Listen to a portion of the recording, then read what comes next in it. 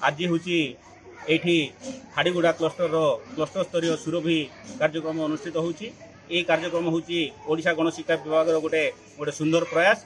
यही कार्यक्रम आम पिलामानंकर लुकायित प्रतिभा को लोकलोचन को आने विभिन्न प्रतियोगिता करा जाउची। से प्रतियोगिता कृति छात्र छात्री मानक ब्लॉक स्तरीय सुरभि कार्यक्रम में अंशग्रहण करने सुजोग दिज्व एवं जो माने ब्लॉक स्तरीय कार्यक्रम में प्रथम हे से जिला स्तर पर राज्य स्तरीय सुरभि कार्यक्रम में अंशग्रहण करेंगे और निजर लुकायित प्रतिभा को से लोकलोचन को आने सहायक हे। यहाँ हूँ गणशिक्षा विभाग गोटे सुंदर प्रयास। यही प्रयास जो आम कुनि कुनि पिलामानंकर लुकायित प्रतिभा समस्त सामना को आसीपारुची एवं से समस्त पाखे प्रिय पात्र हो पार्टी। तो आमर जो ब्लॉक तरफ निर्देश थिला जे आमर क्लस्टर स्तरीय सुरभि प्रोग्राम आरंभ हम ये टीटागुड़ा आमर जगह चॉइस है ये आरंभ होती।